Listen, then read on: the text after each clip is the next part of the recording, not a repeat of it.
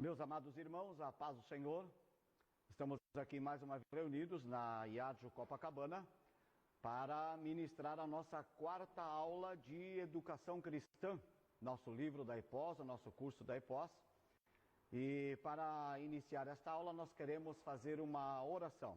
Oremos. Nosso Deus, nosso Pai, te louvamos, Senhor, e agradecemos pelo privilégio de estar na tua casa, poder estudar a tua palavra, estudar assuntos que dizem respeito ao nosso comportamento, nosso agir, as nossas necessidades, quanto aos trabalhos da tua casa. Fica conosco a tua direção e o teu Espírito Santo, abençoando cada aluno em seu lar e suas famílias ali juntamente, estudando a tua palavra. É o que nós te pedimos e agradecemos de Jesus. Amém. Hoje estamos alguns minutinhos mais tarde, alguma adaptação aqui, mas nós queremos ir ali para a nossa aula de hoje, a nossa quarta aula, e se não terminarmos o livro de Educação Cristã hoje, estaremos terminando na semana que vem, e então já na semana que vem iniciando o livro novo de Hermenêutica. O livro de Hermenêutica estaremos estudando as maneiras, as regras de interpretação de um texto, né? Existe a hermenêutica aplicada a vários segmentos da vida secular também, assim como a hermenêutica aplicada à teologia. Então vamos aprender a estudar, a interpretar um texto simbólico, literal, as figuras de linguagem,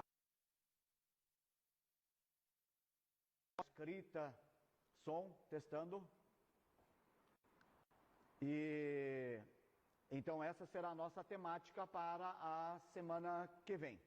Então estamos ali no nosso ponto de número, vamos lá na tela. Ainda não li, só um minuto. Já vou para a tela para hoje. Hoje nós vamos falar do ponto 3.3 na página 69. Página 69, 3.3. O relacionamento pessoal, ainda não liberou.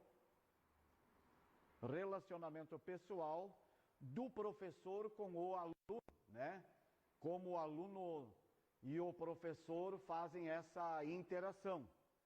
Então, vamos vendo aqui no nosso note, enquanto a tela não é liberada.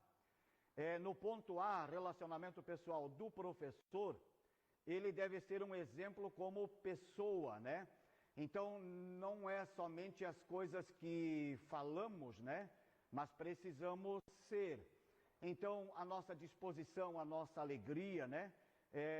Uma pessoa ética, ainda não está liberado, Davi. Só um minutinho. O segundo ponto, item B, ser um crente cheio de fé e graça. Agora vai dar certo. Então, 3.2 nós terminamos a semana passada. Ali, ó, saiu. Relacionamento pessoal. Então, ser um exemplo como pessoa. No item B, ser um crente cheio de fé e graça. O professor, ao ministrar, o professor, ao viver na comunidade, ele tem que ter esses exemplos, essa relação com os alunos, a comunidade, a igreja, a família, é claro, né? Então, para além de ser um exemplo como pessoa, ele também tem que ter o seu lado espiritual, ou seja, cheio de fé e graça. E no item C, transmitir ânimo para a classe. Então, nós sabemos que todo líder, todo professor, ele é formador de opiniões. Então, assim também o líder precisa, nesse ponto, transmitir ânimo, né, para a classe. Principalmente quando existem lutas, tribulações, angústias, obstáculos a serem transpostos, né? Vamos para o nosso 3.4 da aula de hoje. E no ponto 3.4 de hoje é o professor da EBD. Ele tem ali quanto aos requisitos, né? Quais os requisitos? Então o professor da EBD, ele precisa ser espiritualmente ativo. Ele precisa ter boa disposição física. É claro, né? O professor que se apresentar, ele tem que ter essa disposição física, ele precisa, para além do conhecimento, né? Ele precisa ter a espiritualidade para a apresentação da aula, ele precisa ter boa apresentação pessoal quanto ao traje, ele precisa gostar de ler. Os irmãos já imaginaram um professor que não lê, no caso aqui teologia, não lê Bíblia, não conhece dicionários teológicos, não conhece livros de referência e pesquisa para determinados assuntos importantes, né? Então seria muito difícil. Então são requisitos: ser espiritualmente ativo, ter boa disposição física, ter boa apresentação pessoal quanto ao traje e gostar de ler. Agora vamos ver no 3.5, página 70, o professor e o preparo da lição. Quando é que começa o preparo da lição? É no sábado, é na segunda, é na terça, é na quinta? Vamos ver ali, ó. Todo professor que almeja um excelente desempenho na área da docência cristã deverá investir em sua preparação, ou seja, deve não somente ser espiritual, mas também deve levar a sério a necessidade de meticulosa preparação da lição. Então ele diz ali, ó, todo professor que almeja um excelente desempenho na área da docência, né? Você tem ali na sua tela esse texto ali, quanto à docência. O que é a docência? A área da docência, ela cobre os professores, né? A diretoria, o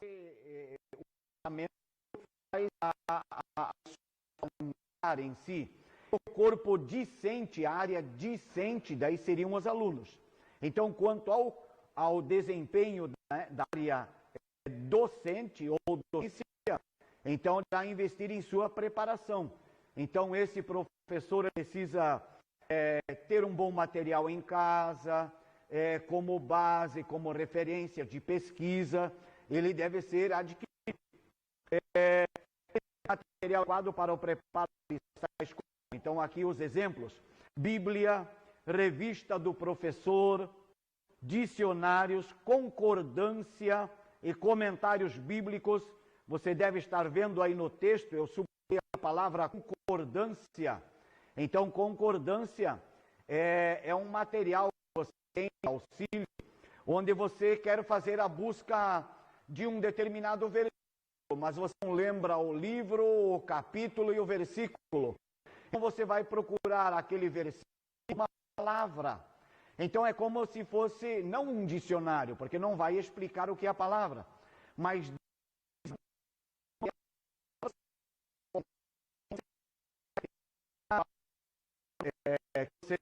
concordância. Por exemplo, você quer procurar na Bíblia: e Deus amou o mundo de tal maneira que deu o seu Filho unigênito para que todo aquele que nele crê não pereça, mas tenha vida eterna. E você não sabe que está no Evangelho de João, capítulo 3 e versículo 16. Então você vai na concordância, procura a palavra amor, e ela vai trazer então ali uma frase curtinha, né? Deus amou o mundo, é aqui mesmo que eu quero. Aí outro texto em paralelo poderia dizer: não ameis o mundo. Então a palavra é amor. Então você sabe onde você estaria encontrando o texto que você quer como referência. Amém? Isso então, ou você encontra numa concordância. Vamos para frente na nossa aula, mais um ponto. Agora no 3.6.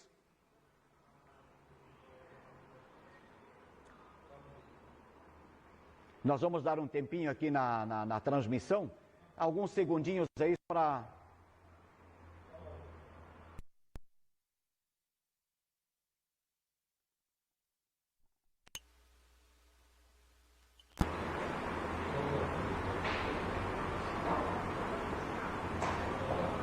Ok? Então 3.6, o professor e a apresentação da lição.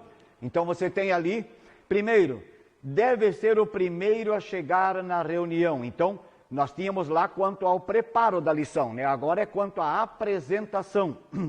Então, domingo de manhã, escola bíblica dominical, o professor, né, deveria ser o primeiro a chegar na reunião. Os alunos chegando já estão vendo o professor interessado, preparando a sua aula, ou sentado ali orando, buscando a Deus. Então, quanto à apresentação, o professor deveria ser o primeiro a chegar. No outro ponto, não pode apresentar fisionomia de quem acordou recentemente. Então você chega, desculpe aqui a ironia, né, da maneira como vamos estar falando aqui, mas você chega lá com o seu rosto, a sua face, a sua carinha toda amarrotada, né, e dá para perceber que você mal acabou de sair da sua cama, da sua casa. Então isso não fica bem, né? Acordar aí uns minutinhos mais cedo, umas horinhas mais cedo, chegar bem asseadinho, bem lavadinho, para as pessoas perceberem a sua aplicação. No item terceiro, não pode se apresentar com o rosto bravo, mas sempre alegre e simpático. Essa é uma das coisas mais interessantes para um ministro, né? O ministro pode estar passando por fases difíceis na vida, o professor, o pastor da igreja, o líder daquele determinado departamento, mas você tem que saber separar as coisas, né? Guarda os teus pés quando entrares na casa do Senhor. Então, aqui é um outro ambiente, então você tem que deixar os teus problemas lá fora, né? E você não pode chegar carrancudo na sala de aula, né? Os irmãos, os alunos perceberem, hoje o professor está meio atravessado, já dá de ver pela cara dele que a coisa não está boa hoje. Hoje não dá de brincar com ele. Então, as pessoas já conhecem, né, o jeito de ser de cada um. Então, o professor não pode, ele não pode estar com um semblante de quem está bravo, de quem está triste, de quem está desgostado com alguma coisa, porque senão a aula dele não tem efeito, né?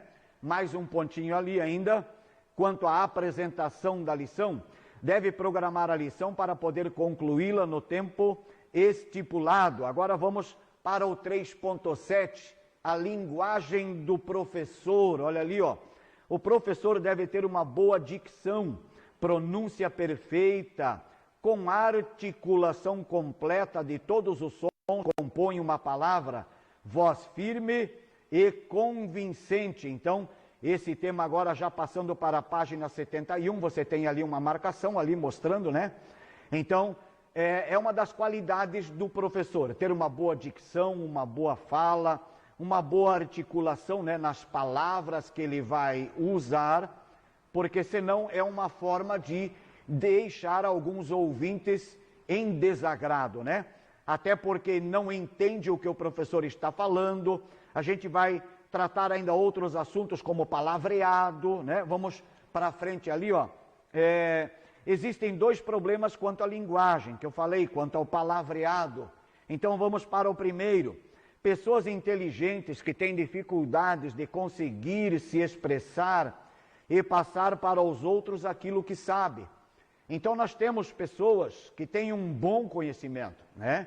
E se você for conversar em particular, nossa, aquele irmão poderia dar aula, poderia ser um professor, mas se colocar aquela pessoa diante de uma classe, ele tem conhecimento, mas ele não sabe transmitir, ele não sabe como colocar o conhecimento para fora, né? E então ele acaba, de alguma maneira, se atrapalhando. Outro ponto interessante, professores que falam difícil, o linguajar erudito, né?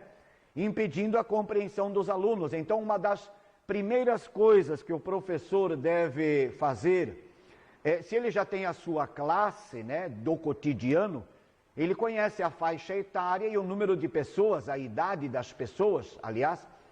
Então, ele sabe como falar com aquela faixa etária. Existe um linguajar para cada faixa etária. E para além disso, também um grande problema são as palavras difíceis, né? Então a gente deve procurar conhecer o nosso auditório, as pessoas, os alunos, para poder saber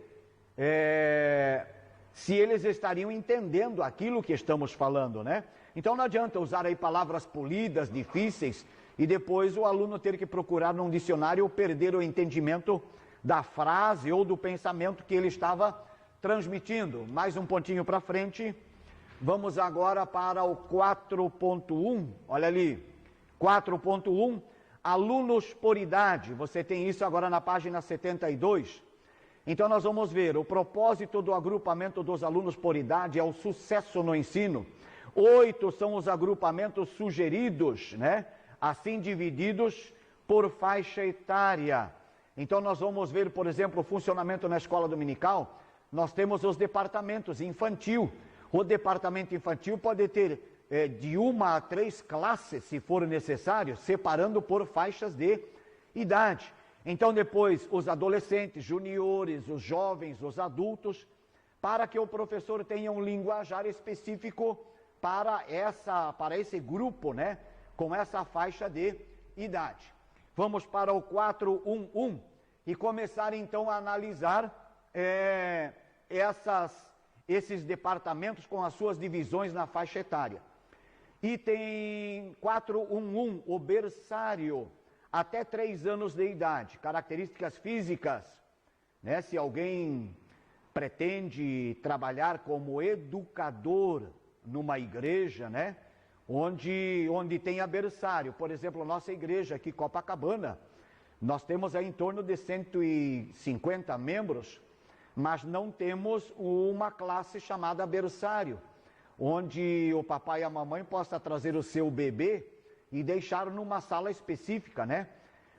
Esse tipo de faixa etária, ela precisa de uma igreja grande e com divisões, espaço físico, né? Salas determinadas para poder acolher essas crianças, equipamento, berços, camas, tudo isso logicamente. Então, nessa idade, vamos ver as características, né? Nessa idade, toda criança está sempre em constante movimento e suas 4 principais atividades são comer, dormir, brincar e perguntar. Então, isso é questão para a prova.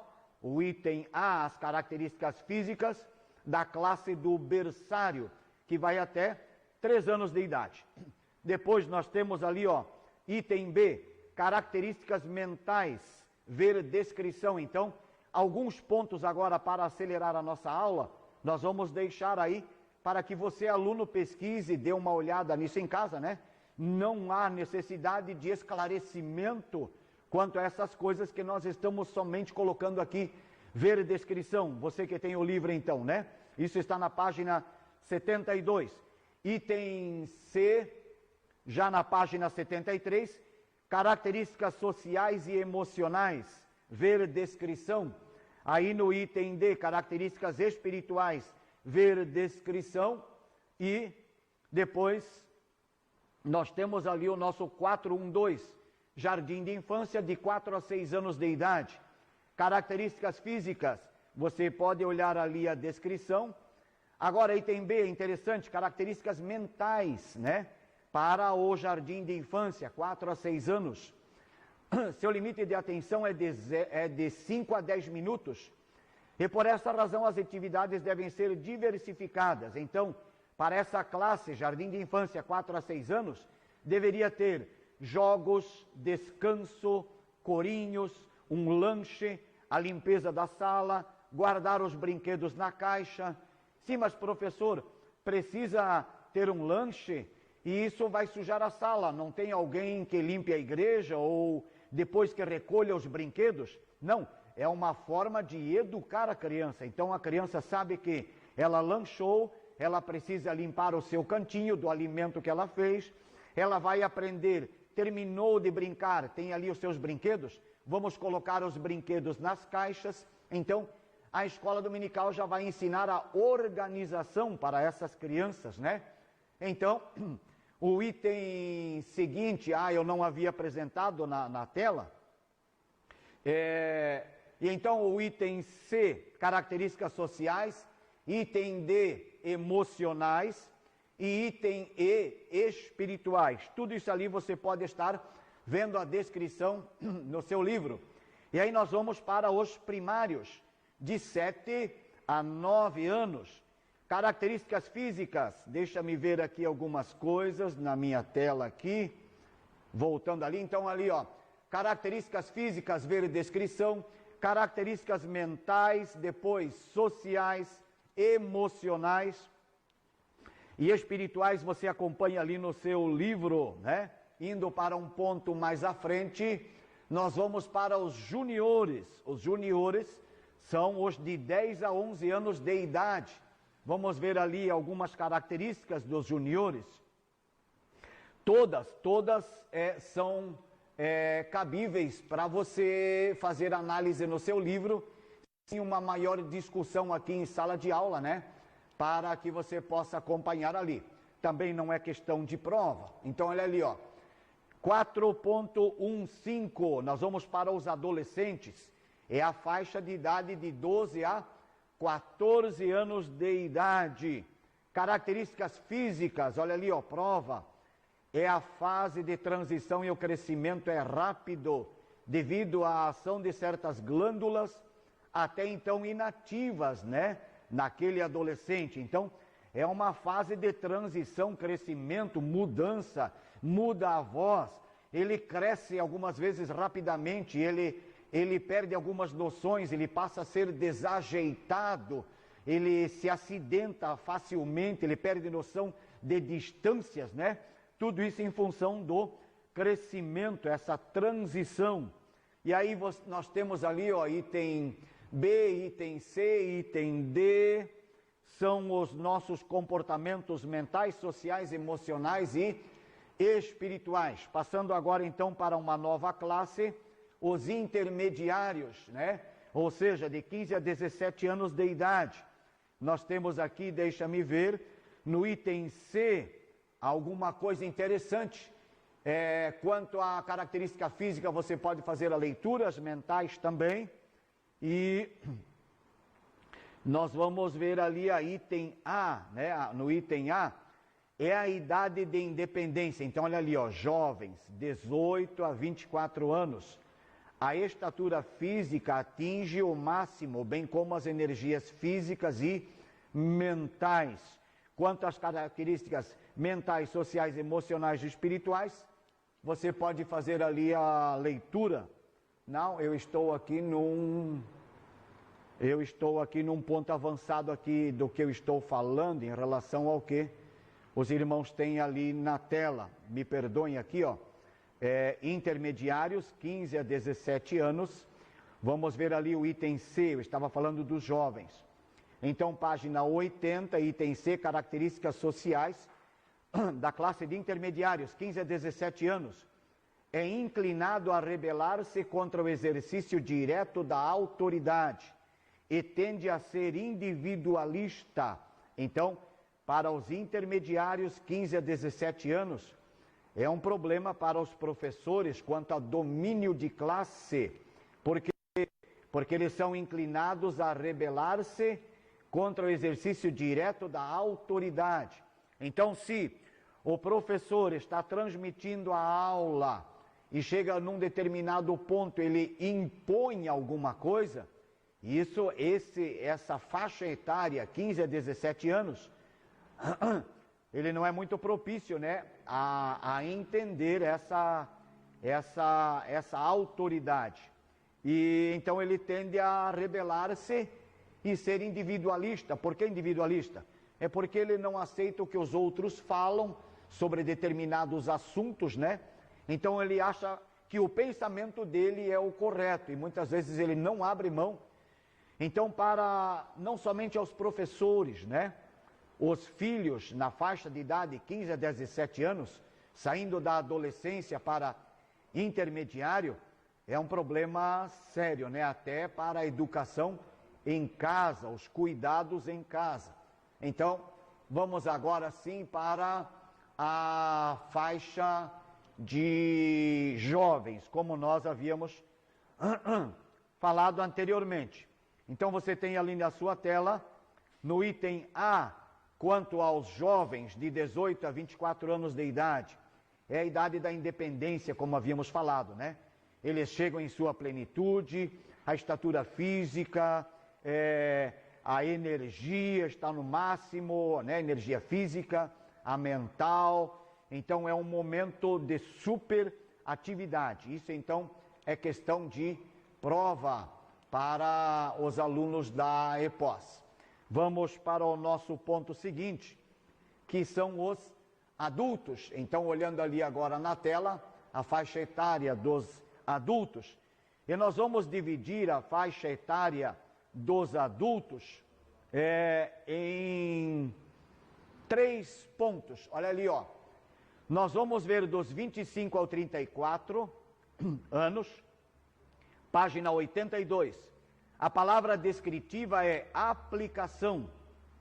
A prudência entra em ação. Então, dos 25 a 60 anos, né, generalizando, né, no A, dos 25 ao 34, é o que fecha, né, como resumo do comportamento dessa faixa de idade, 25 a 34, a palavra descritiva é aplicação. Então, eles querem aplicar de uma forma geral o que aprenderam, o que eles são. Então, quem fez faculdade, quem fez universidade, quem passou pelos vários ramos seculares, né? Ele agora, como pessoa madura, ele quer aplicar aquilo que aprendeu e que desenvolveu. Agora nós vamos para o item B. No item B, dos 35 aos 60, a palavra descritiva é realização. Então, a constância é a realidade nessa idade. Então, ele quer realizar sonhos, ideias, projetos, ele quer alcançar, ele quer adquirir, ele quer sonhar, viajar, e para tanto ele vive essa realidade numa constância, né? É a constância é a realidade, ser constante, né? Então, ele está em busca dessa realização que ele almeja. E depois, por fim, a última faixa, né, dos adultos, que seria acima de 60, a palavra-chave é reflexão. Então, para quem chegou nos 60 anos, acredito que já estudou, já se formou, já realizou, já adquiriu. Estamos falando de uma forma generalizada, porque tem pessoas de 60 anos que ainda fazem faculdade, ainda fazem mestrado, ainda estão desenvolvendo, ainda estão aplicando e realizando. Eles não têm limites, né? A gente encontra pessoas aí nessa faixa de idade estudando. Mas quando dizemos assim, no geral, a palavra-chave é a reflexão. Ele passa a refletir no que fez, ele vê como é a vida hoje, como era a vida no seu tempo. Nessa reflexão ele vai passar essa informação aos filhos, né? Dessa mudança, né? Do tempo, da vida, do seu corpo, a mudança, a sociedade, a família, as pessoas, né? Então, tudo é reflexão. E nós, principalmente nós cristãos, irmãos, é assim, ó, a idade vai chegando, vai pegando todas as pessoas. E uma pessoa, quando chega nos 60 anos e daí para frente, nós deveríamos pensar assim, ó, tentar entender uma pessoa com 60 anos ou mais. Quais são os seus projetos? O que ele espera da vida? Tem gente que se entrega fácil. Tem gente que aos 60 anos não tem mais esperança. E não tendo esperança, a mente não é sadia. E se a mente não é sadia, a mente é doente, existe um problema sério de o corpo ficar doente por conta de um exercício mental não feito. Então, uma pessoa que não tem mais sonhos, não tem mais projetos, realizações, a sua reflexão, o campo da reflexão fica onde? Ela passa a ser negativa. Isso não pode. Uma pessoa, então, essa é a idade da reflexão. Mas ainda podemos fazer projetos, ter sonhos, né? E até porque podemos afirmar, podemos dizer que uma pessoa sem sonhos, sem projetos, ela está caminhando para baixo. O cristão, ele tem sonhos quanto à sua família, a salvação de todos, estar na casa do Senhor. A reflexão de um adulto acima de 60 anos não é igual à reflexão de um jovem, né? De um adulto aí, dos seus 25 anos para frente. É totalmente diferente. Então, as igrejas maiores, né, com mais de 300 membros, 250, 300 membros, ela pode criar essas divisões das faixas etárias, né? A maioria delas daí se compõe de jovens, uma classe, adultos, outra classe, e ancião, outra classe. Pois bem, vamos para frente, mais um pontinho aqui da nossa aula. Nós vamos para a organização da classe. Essa aqui é um ponto rápido que a gente vai estar passando para vocês. E já entrando então no nosso último capítulo, capítulo 4 da nossa aula de hoje. Então diz ali, ó, o quadro a seguir sugere um critério básico para a organização da EBD em departamentos. Então você tem ali, ó, no primeiro quadro vermelho, olhando na tela. Então, se possível, colocar a tela maior ali, Davi. A tela maior ali para os irmãos olharem. Ver quadro. Esse quadro você tem na página 83.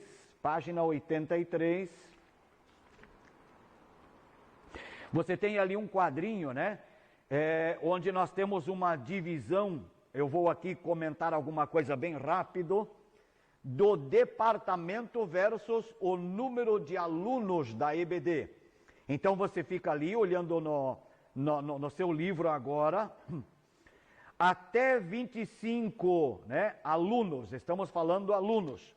Então quando uma igreja, um núcleo, uma congregação, só tem 25 alunos na escola dominical, então podemos dividir a escola dominical em 2 departamentos. Seria o departamento infantil até 11 anos, aí esquecemos aquela divisão de berçário até 3 anos, depois de 4 a 6, de 6 a 9, não, aí não funciona. Quando temos menos números de pessoas na EBD, né, como alunos, então a indicação que se dá aqui no livro da EPOS é ter somente 2 departamentos. Um infantil até 11 anos e o outro de 12 anos para cima, que seria o departamento de jovens e adultos, né? Então, olha só, por que uma igreja com 25 alunos só pode ter 2 departamentos? Até porque com tão poucos alunos, não teríamos como ter também tantos professores. E se a igreja também, aquela comunidade só tem 25 alunos, provavelmente é uma congregação pequena, uma construção pequena. E até porque também não teria mais espaço, ou espaço além de 2 salas de aula. Mas se a igreja, agora no segundo campo, ó, mas se a igreja tem até 100 alunos, né? Então dá para dividir a igreja em 3 departamentos. O departamento infantil até 11 anos ainda permanece, mas dá para criar um departamento intermediário que é o adolescente, de 12 a 14. E depois jovens e adultos de 15 para cima. Se a igreja tem até 200 membros, entre 100 e 200 membros, dá para se ter, né, e funcionar na congregação, na igreja, 4 departamentos. O infantil até 8 anos, o adolescente dos 9 a 14, departamento de jovens 15 a 24 e o departamento de adulto, onde estaria a faixa dos 25 anos para cima. Agora, uma igreja com mais de 200 membros, aí ela pode ter todos os departamentos, pelo menos estes 8 que nós enumeramos aqui, né, durante esses últimos minutos. E aí, meus irmãos, nós temos mais um ponto aqui ainda, quanto à organização da classe. Na página de número 84, abra lá o seu livro, página 84, você vai ver um organograma da Escola Bíblica Dominical de grande porte. Então aí, 300, 400, 500, 1000 alunos, né? Então, você tem ali, ó, um organograma, o pastor, abaixo do pastor, a educação religiosa. Vejam bem, nesse organograma não tem aqui o presbitério, o círculo de oração, não, é só o departamento da Escola Bíblica Dominical. Então o pastor, e abaixo dele a educação religiosa, aí vem o departamento da congregação, o superintendente, e aí pela esquerda, né, precisa ter uma secretaria, uma tesouraria, e aí vem os departamentos de berçário, né? Aí, numa igreja grande, né, com muitos membros, acima de 300, 400, 500, o berçário já pode dividir de 0 a 1, de 2 a 3, e assim vai. Então, conforme a necessidade, o número de alunos que temos, e é claro, se temos professores para servir essa gama, né, de classes que passamos a ter numa congregação de grande porte.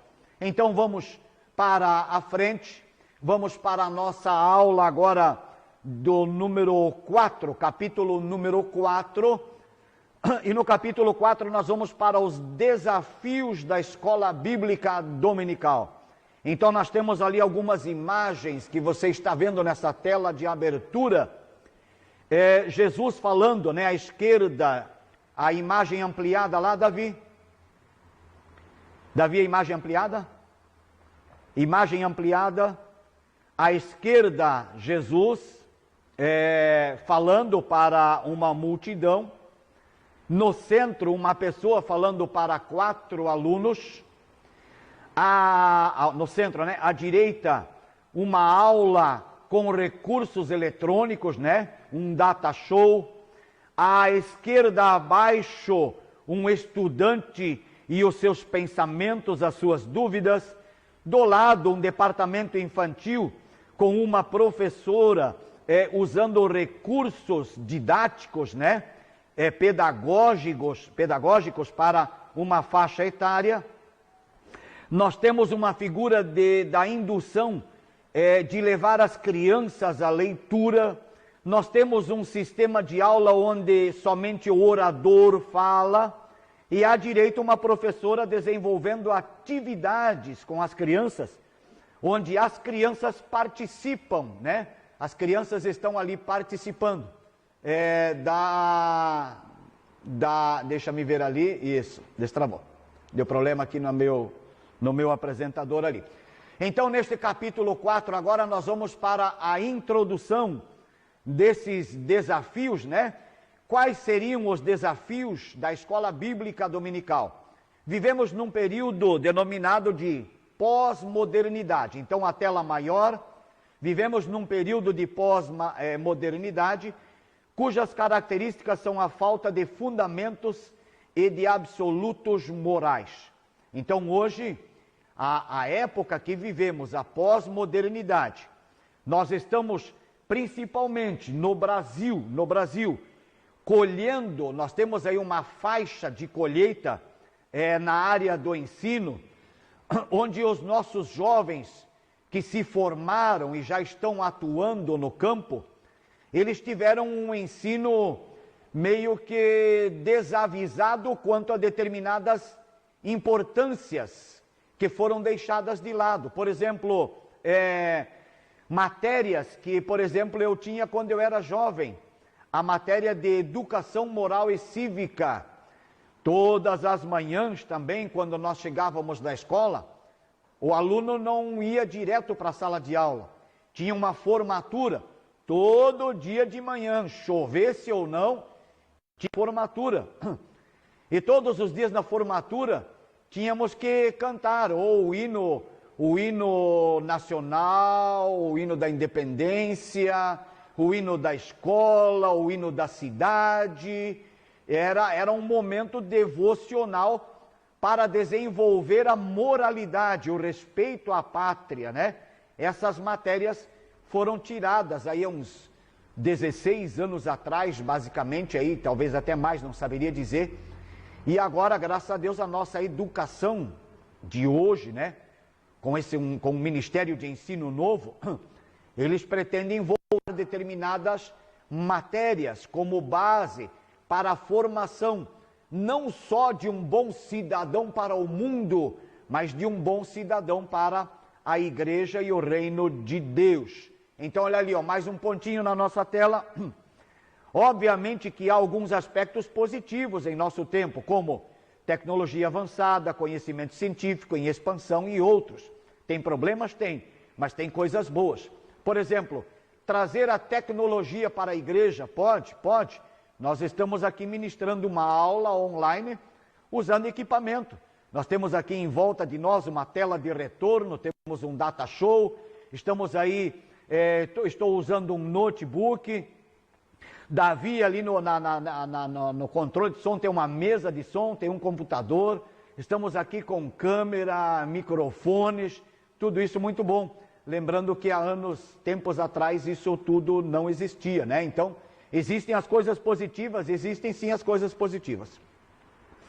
Porém, as realidades da pessoa de Deus, suas orientações e sua obra redentora, não podem ser encontradas no saber científico, filosófico ou artístico deste mundo secularizado. Então, o que é que o nosso autor está querendo dizer aqui na nossa introdução? E é neste contexto que a EBD é desafiada. O mundo lá fora, a escola secular, não vai falar para o aluno sobre Deus, sobre o mundo espiritual. Essas matérias foram tiradas. Então, quando eu falava que na minha infância eu tinha uma matéria chamada Educação Moral e Cívica, eu tinha também uma matéria chamada Educação Religiosa. E lembro a minha professora de primeiro ano, dona Terezinha Harit. Eu ainda não sei se essa mulher vive, mas eu lembro da fisionomia dela. E ela dando as primeiras aulas também de religião. E nunca esqueci aquela aula em que ela de certa forma com demonstração, né? Mas a ênfase, né? Aquilo estava nela, quando ela citou o texto de João Batista, quando Jesus chegou a ele para ser batizado. João Batista levantou o rosto, olhou e disse: eis o Cordeiro de Deus que tira o pecado do mundo. Essa frase nunca saiu da minha mente, do meu coração. Eis o Cordeiro de Deus que tira o pecado do mundo. Isso ficou trabalhando no meu interior, na minha mente, na minha consciência, no meu coração. E aos 25 anos, acreditem, aos 25 anos, alguém me apresentou o Cordeiro de Deus. E aos 25 anos eu conheci aquele Cordeiro de Deus que eu aprendi. Passei a saber que ele existia quando eu tinha 7 anos, 8 anos de idade. Então vamos para mais um pontinho da nossa aula de hoje, já no capítulo último, né? Então olha ali, ó. Vejamos os seguintes desafios. Então quais são esses desafios aqui do capítulo 4, né? Então, em primeiro lugar, desafios no lar. Seu desafio é atingir os pais, as crianças, os jovens e os adultos, modelando o viver em família de acordo com os princípios da palavra de Deus. Então olha ali, ó. Opa, eu tinha colocado, mas saiu. Então ali, ó, no lar. Desafios para a escola dominical. Qual o desafio da escola dominical para trabalhar no lar? Não, no lar a escola dominical não tem nada a ver com isso. Não, ela tem. Porque nós temos alunos que são irmãs, irmãos, são pais, são filhos. E então é na igreja que também pode se desenvolver o convívio, né? E mostrar qual é a forma correta de ser e agir de um jovem, de uma criança, de um adulto, de um ancião em casa, né? Como eles devem ser em casa. Até conta-se uma historinha, né? Daquela criança que vem à casa do Senhor. E aí então quando termina o culto, aquela criança não quer ir embora. E aí, não quer ir embora, papai, e já os irmãos querem fechar a igreja, ela não quer ir embora, não quer ir embora. E o pastor, alguém para ali, conversa, mas por que ela não quer ir embora? É porque a criança queria que o papai e a mamãe fossem em casa como eles são na igreja. Então esse é o grande problema. É o desafio da EBD para trabalhar o caráter, a mente, o coração de um papai, de uma mamãe, de um irmão, de um avô, de uma avó, de um tio, como ser. Então é o desafio da preparação no lar. Outro grande desafio da EBD é quanto à igreja, promover o conhecimento espiritual de todos os crentes, né? Esse é o desejo quando cada professor ministra na casa do Senhor, transmitir conhecimento, né? sobre a Escritura.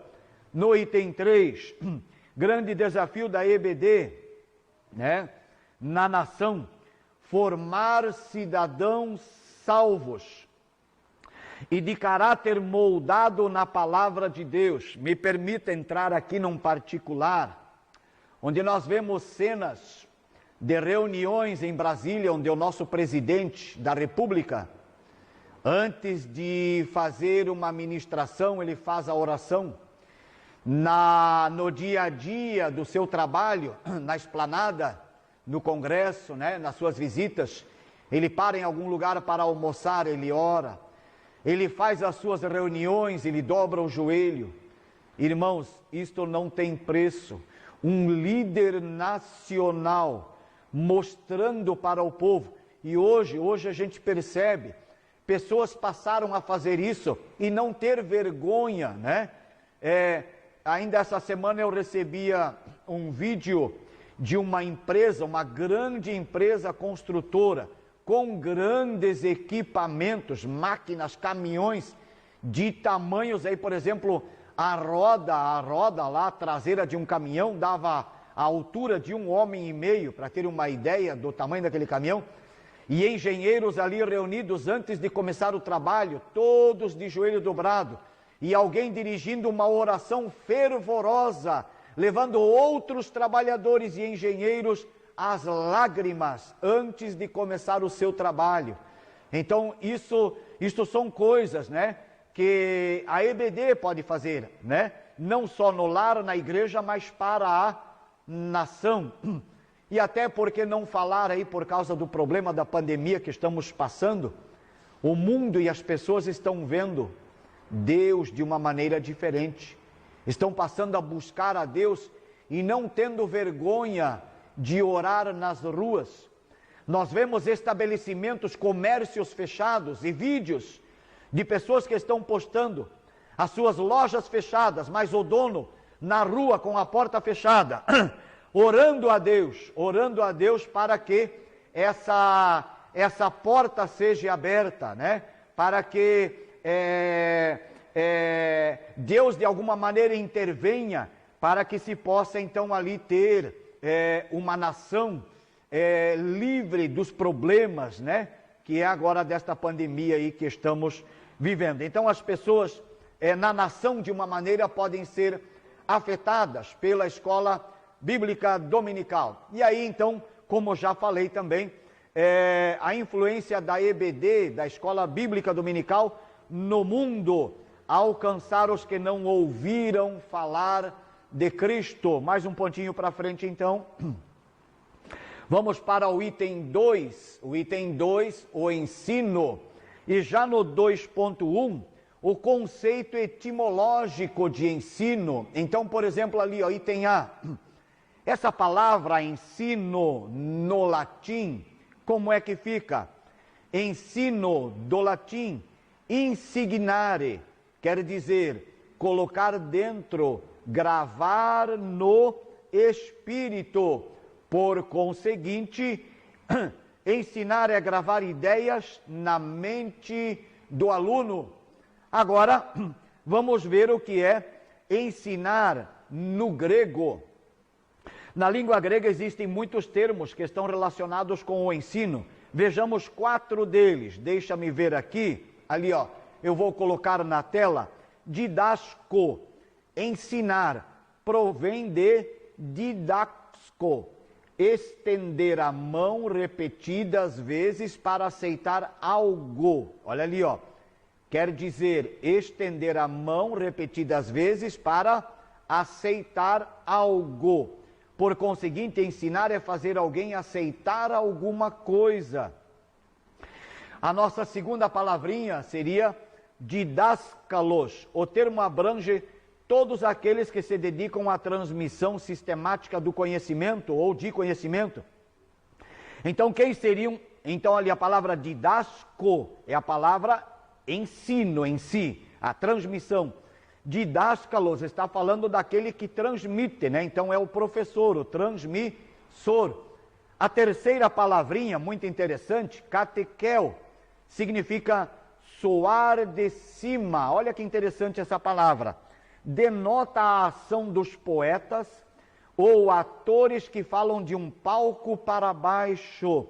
Nos escritos paulinos, já na página 94 do seu livro, é usada exclusivamente no sentido de instruir alguém no conteúdo da fé. É por isso que nesse termo aqui, catequeo, soar de cima. Por que se usa esta palavra? Porque até quando Paulo ensina nos seus escritos, né, ele está falando que este ensino provém de Deus. Então, é de uma plataforma superior para uma inferior. Por isso essa palavra catequel, ela lembra um palco, um auditório, uma peça teatral, algo que se transmite de cima para um nível abaixo. Então, aplicado à Escritura, é porque este ensino da palavra provém de Deus para o homem que está mais baixo. Até porque essa palavra catequel também tem a ver com catequese, né? Que é o ato de ensinar. Ensinar religiosamente, né? Vários segmentos de igrejas usam esta palavra, catequel. E a última palavrinha do grego é paideuo. Significa literalmente estar junto com uma criança. Nós já vimos na abertura, no nosso primeiro capítulo, a primeira aula de educação cristã, a paideia, né? A paideia era o sistema de ensino em si. Desta raiz deriva o substantivo paideia, daquela que falamos na primeira aula de educação cristã, com o significado de educação, desenvolvimento de cultura. Mais tarde a palavra foi estendida para abranger a educação dos adultos também. Então, desta palavra paideia também está associada a uma outra palavra que é pedagogo. E hoje, 20 de maio, é o dia do pedagogo. Hoje, 20 de maio, é o dia também do professor, ou daqueles que estão envolvidos na pedagogia, ou na paideia, né? O que era o pedagogo? Era aquele elemento, tinha o dono de um feudo. Aquele dono do feudo, ele tinha várias preocupações, ele tinha líderes, escravos. Então aquele escravo pegava o filho dele e levava até a casa do ensinador. É daí que surge a palavra pedagogo, que era aquele servo que levava a criança ao local do saber. E aí que surge o termo pedagogia e o termo o pedagogo, né? E hoje, 20 de maio, é o dia do pedagogo. Então, para os pedagogos e professores que estão aí nos assistindo, nos vendo nessa noite, neste momento aí agora, também ao vivo, meus parabéns aí pelo seu ministério adquirido de Deus, né? É um dom de Deus. No conceito etimológico hebraico, olha ali na sua tela, vamos ver ali na tela o conceito etimológico. Da mesma forma que no grego, em hebraico existem várias palavras que definem ensino. Vejamos 3 delas. A primeira palavra em hebraico para designar, ensinar é zahar. Você tem ali a palavrinha na tela e também no seu livro, né? Página 94. É provavelmente o sentido básico da raiz. Um exemplo claro ocorre quando Jetro, o sogro de Moisés, aconselha o legislador a limitar seu trabalho a ensinar as leis ao povo. Então, tem lá um dado momento, Moisés está julgando o povo. E o povo fazem filas ali enormes e cada um vem contar o seu problema para Moisés. Então Moisés é o legislador.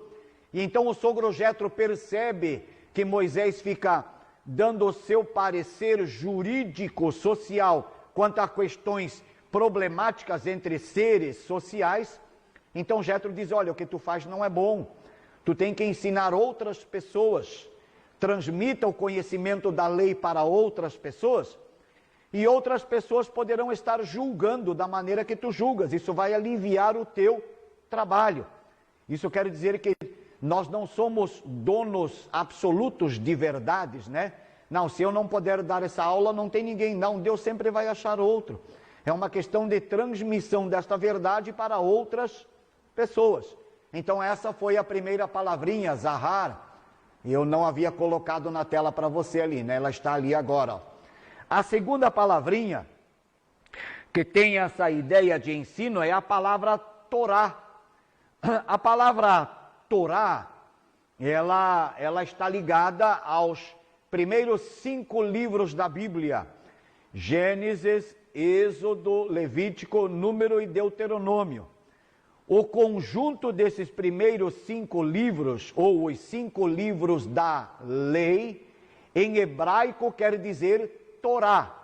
E essa palavra Torá, olha ali, ó, você tem ali na sua tela, significa basicamente ensino, quer se refira ao sábio a instruir seu filho, quer a Deus a instruir Israel. Então, a lei nada mais era do que instrução ao povo. Então, quando a gente usa essa palavra, a nomenclatura da palavra Torá, nós estamos falando dos ensinos sagrados, contidos na legislação dos 5 livros da lei: Gênesis, Êxodo, Levítico, Número e Deuteronômio, onde a palavra Torá quer dizer instrução. Por isso a Bíblia também vai dizer para instruir a criança no caminho de Deus, né? Para que depois de grande não se afaste dela. E a nossa terceira palavrinha dessas 3 aqui é lamat. Esse vocábulo traz a ideia de treinar, bem como de educar. Vamos para a nossa tela seguinte, já no item 2.2. Agora nós vamos para o conceito tradicional de ensino. Então olha ali, ó. Ensinar é transmitir conhecimentos. Agora veja só. Para Comênio, nós já falamos sobre Comênio, um educador da Idade Média. O processo de ensinar abrangia, olha ali, compreensão, memorização. Deixa-me passar aqui na minha tela. Então, compreensão, memorização e aplicação. Compreensão, então, era quando o aluno recebia do professor o ensino. Até uns tempos, a educação, ela era falada ao aluno e ele tinha que decorar. Antigamente, né, voltando lá aos primórdios, o sistema de educação no Brasil era assim, né? Onde o professor falava, o aluno tinha que memorizar. No item B, decorar, né? E aí no item C ele iria aplicar, ou na vida, ou em sala de aula, enfim, né? Para fins de testes práticos da escola e fora da escola. Mas o conceito tradicional era compreensão via oral, onde o professor falava. O aluno tinha que imediatamente decorar o que o professor ensinava para depois aplicar. O método usado era aula expositiva. Olha ali, então, a aplicação era aula expositiva. O aluno decorava o que o professor transmitia verbalmente. Sendo assim, o ensino se dava por repetição. Mas como é agora o ensino moderno? O ensino moderno, ele mudou um pouquinho esse conceito. No conceito moderno, ensinar não é apenas transmitir conhecimentos, mas também promover aprendizagem por parte do aluno. Até um tempo, o professor transmitia, o aluno aprendeu. Se aprendeu, passou, não aprendeu, rodou, vai estudar, vai repetir o ano. Hoje essa concepção na educação ela tem mudado, né? Hoje é incentivado o aluno, o professor não é mais aquele que fala e o aluno aquele que memoriza ou repete, não. O professor ele é um orientador e o aluno é que vai fazer as suas pesquisas, a sua construção. Isso acontece muito nos cursos superiores. Onde cursos superiores é muito difícil ter uma aula presencial com um professor falando, explicando. Nos cursos superiores, chegou na sala de aula, o nosso tema hoje é esse, o assunto é tal, ele está no livro de vocês, da página tal a tal, vocês podem pesquisar na internet, na próxima aula é a apresentação. E eles têm que construir o texto, preparar a aula para a semana que vem fazer a apresentação do trabalho. Então é mais no aprenda fazendo, né? Não aquela história de ficar ouvindo e ter que decorar e depois repetir o que aprendeu. Isso era um sistema arcaico, antigo. Então, sistema moderno muda um pouco. Página 96 do seu livro. Portanto, ensinar não é apenas ler ou falar diante de uma classe. Mas primeiro, olha ali, despertar, motivar e interessar a mente do aluno. E em seguida dirigi-la no processo do aprendizado.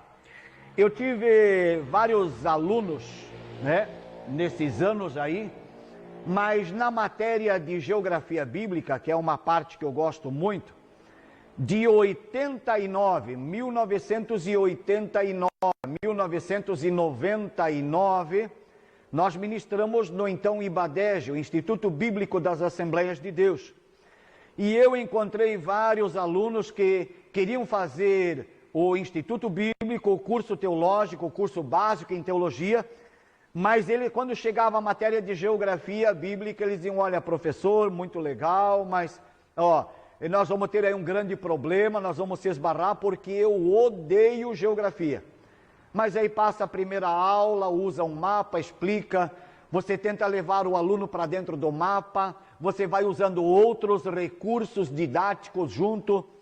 Ainda este ano, no SECOM, o Centro de Capacitação e Orientação Ministerial, eu tinha um aluno, um presbítero da cidade de Colombo, no Paraná.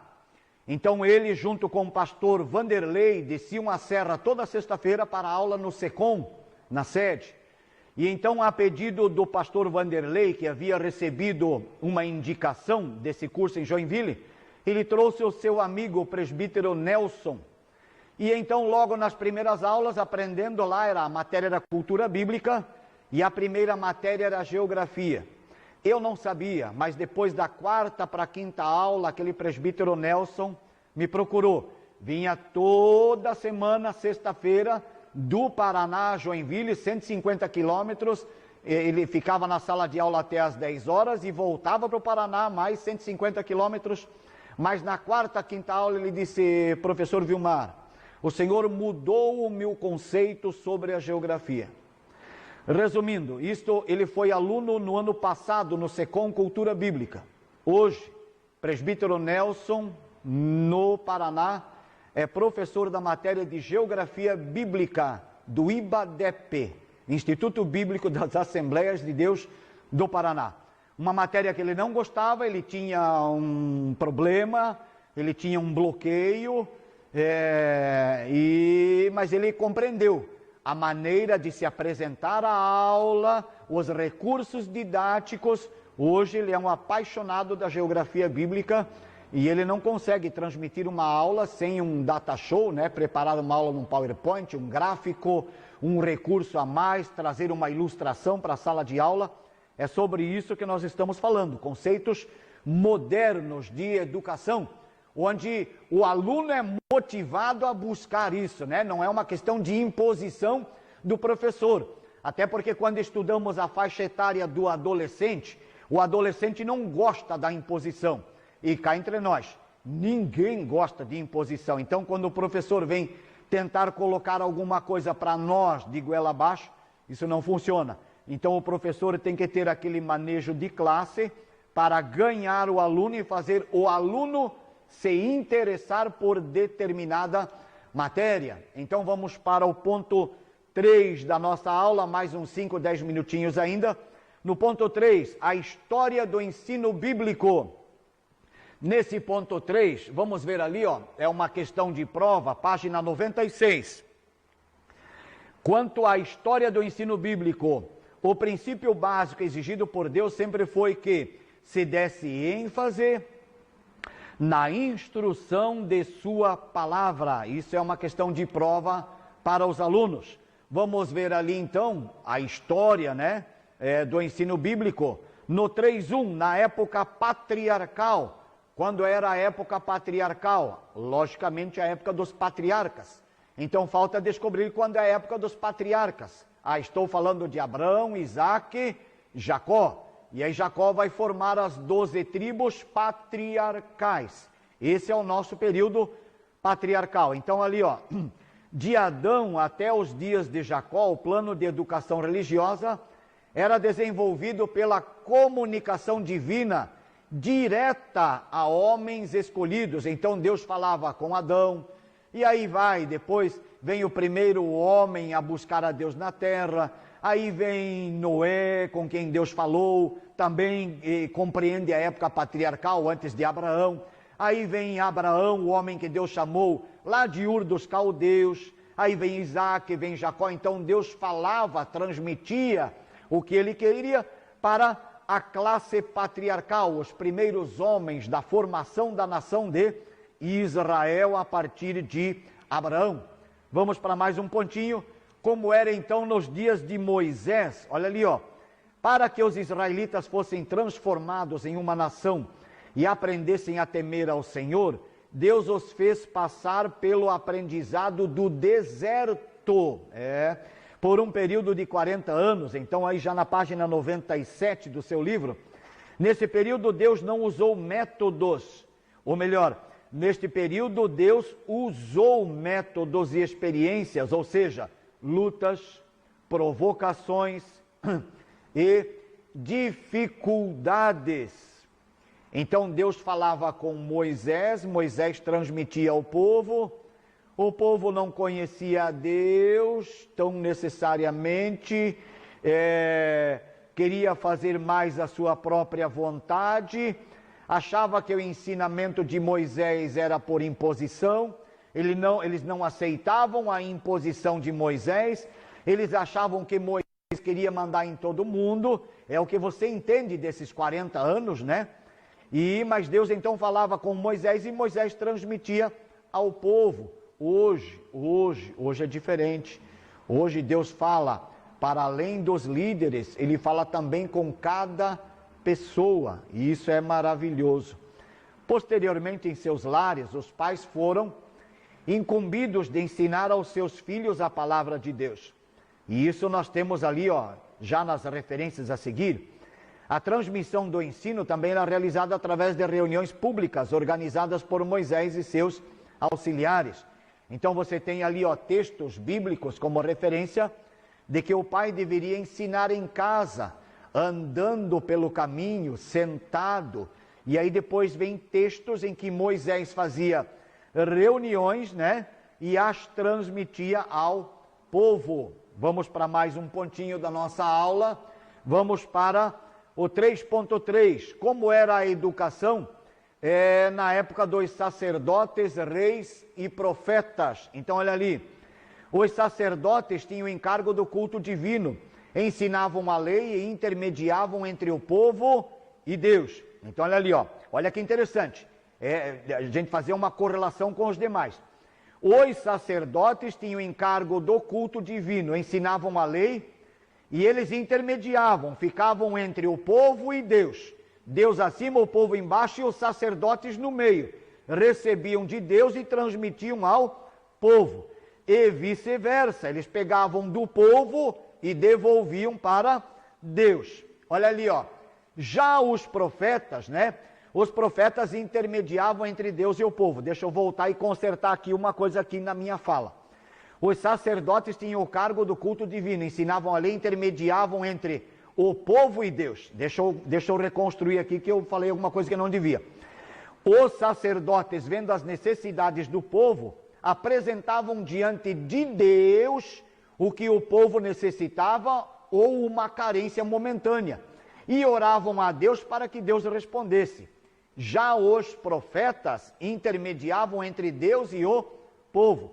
Então o profeta recebia algo de Deus e o profeta tinha que transmitir esse algo ao povo. Por que dizemos que, no ponto primeiro, o sacerdote intermediava entre o povo e Deus? Era típico no sacerdócio uma pessoa, por exemplo, que pecasse, né? Uma pessoa do povo, ela pecava. Então, para ela obter perdão, ela tinha que procurar o sacerdote no templo. E esse sacerdote iria intermediar, através de um sacrifício e uma oração, o perdão de Deus. Já o profeta não, o profeta recebia de Deus e transmitia ao povo. Era uma corrente inversa, né? Os reis cumpriam ou não os propósitos divinos estabelecidos por ambos. Então os sacerdotes tinham uma liderança sobre o povo, os profetas tinham, e os reis as cumpriam ou deixavam de cumprir, né? E aí a gente vai ver aí bons reis na história de Israel, assim como também maus reis na história de Israel. E já quase fechando a nossa aula de hoje, no cativeiro babilônico, olha ali, ó. Afastados do templo, os judeus passaram a realizar suas reuniões nas sinagogas. As crianças recebiam instrução religiosa dos 5 aos 15 anos, e os mais velhos ouviam os rabinos e estudavam seus comentários. Então, quando o povo judeu foi cativo para a Babilônia, eles perderam o templo em Jerusalém, ele foi quebrado, destruído. E esses judeus que foram para a Babilônia não tinham mais o templo. Por não ter o templo, também não faziam mais aqueles sacrifícios, os cerimoniais que eram típicos do templo. Mas nas casas, a gente percebe, por exemplo, no livro de Ezequiel, o povo buscava muito a pessoa de Ezequiel, o profeta, e parece que a casa de Ezequiel passou a ser uma casa de reunião. E essa é a primeira ideia de sinagoga, ou seja, a sinagoga surgiu no período interbíblico, né? Lá, ou melhor, no período interbíblico não, um pouquinho antes do período interbíblico, né? Que seria o tempo do cativeiro babilônico. Então lá criaram aquelas casas para ensinar as crianças e fazer reuniões com os adultos. E essa ideia da sinagoga, ela vem então mais tarde no retorno do cativeiro. Olha ali, ó. A sinagoga era usada como escola bíblica, escola pública e casa de adultos. Mais um pontinho para a nossa aula de hoje. Aí vem o período do pós-cativeiro. No pós-cativeiro, ou seja, na volta a Jerusalém, as sinagogas foram mantidas como locais de estudo bíblico, ensino religioso. E então, esses judeus que voltaram de Babilônia e cada um vai para a sua própria cidade, na sua cidade montam uma sinagoga. E nos dias de Jesus, quando ele vem ao mundo, haviam sinagogas por todas as vilas e cidades da nossa Israel. Nos dias de Esdras e Neemias, um grande avivamento espiritual veio à tona, proveniente da propagação das escrituras sagradas em Israel. É esse texto ali que eu estou colocando na tela agora. E aí, quase fechando a nossa aula, 3.6, nos dias de Jesus. Então, como era o ensino nos dias de Jesus? Olha ali, ó, para a questão de prova, para você, aluno. O ensino religioso atingiu o seu ápice em Jesus, o mestre dos mestres. Ver João capítulo 13, versículo 13. Alguém vai chamar Jesus de mestre, e Jesus diz, vocês me chamam de mestre e fazem bem, porque eu sou, diz Jesus, né? Então, olha ali, sabemos que grande parte do ministério de Jesus foi ocupado com o ensino, e sua ordem foi, ide e ensinai. Então ele veio, ensinou, e quando antes de partir ele deixou essa tarefa para a igreja. Olha ali, seu método de ensino era o discipulado, sem contudo perder de vista as multidões. Jesus ensinava nas sinagogas, casas particulares, no templo, nas aldeias e as multidões. E aí então nós vamos para o nosso, acredito ser o nosso último ponto, né? Nos dias da igreja, olha ali, no item A, após a ascensão de Jesus, os apóstolos continuaram a ensinar. Você tem ali os textos no item B. Paulo foi usado grandemente nesse ministério em Antioquia, Éfeso, já na página 99 agora, Corinto, Roma e muitas outras cidades. E no 3.8, nos dias da Idade Média, olha ali, ó, neste período sobrevieram densas trevas espirituais. Estudamos lá o período das trevas, né? O ensino era somente nos monastérios, né? Aí vem os templos monásticos, né?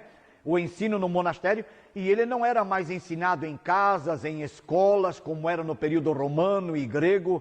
E então poucas pessoas chegaram no nível do conhecimento e do saber. E é por isso um dos motivos de se chamar a Idade Média ou a Idade das Trevas, né? A igreja não operou como devia.